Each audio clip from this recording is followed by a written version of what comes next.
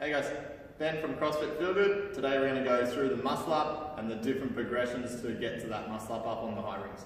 So what we're going to do first is we need a false grip. Okay, so with that, the ring's actually going to sit where your forearm is going into your hand, so right on the wrist there. Okay, so if you haven't done this before, it'll feel a little bit uncomfortable, but the more you practice, the more comfortable with it you'll get. So what we want to do is get the ring set on the wrist there. We're going to drive our knees forward, so we're only on our toes.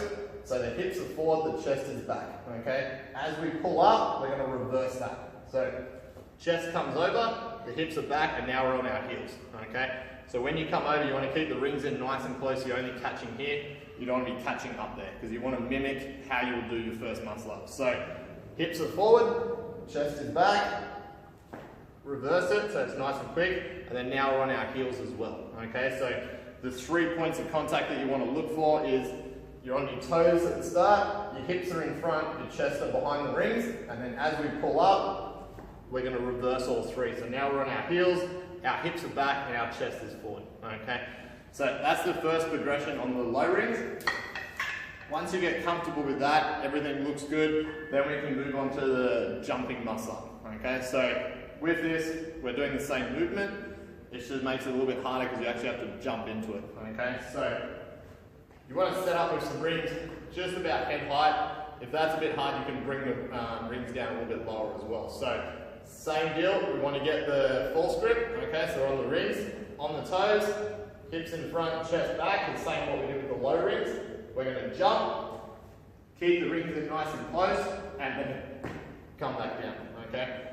If you have the strength to do the ring dip on these, you can practice, because all that's going to do is just get your ring dip stronger and help your muscle ups in the end as well. So just with that jumping muscle up, false grip on the toes, so the hips are in front, chest is behind, jump,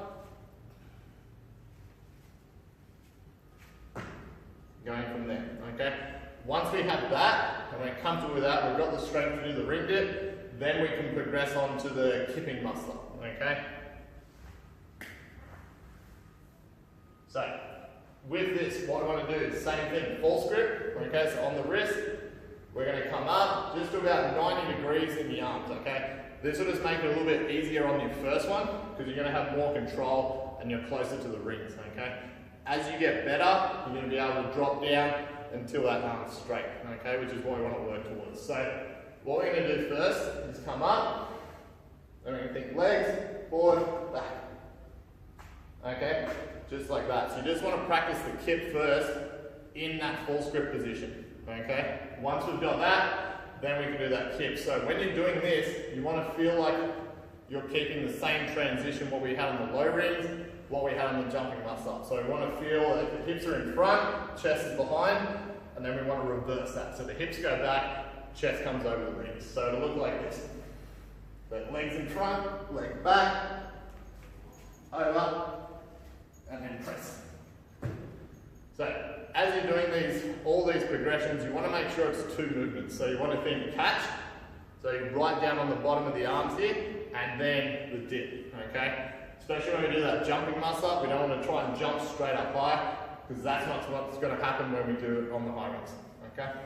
Hope those progressions helps. See you next time.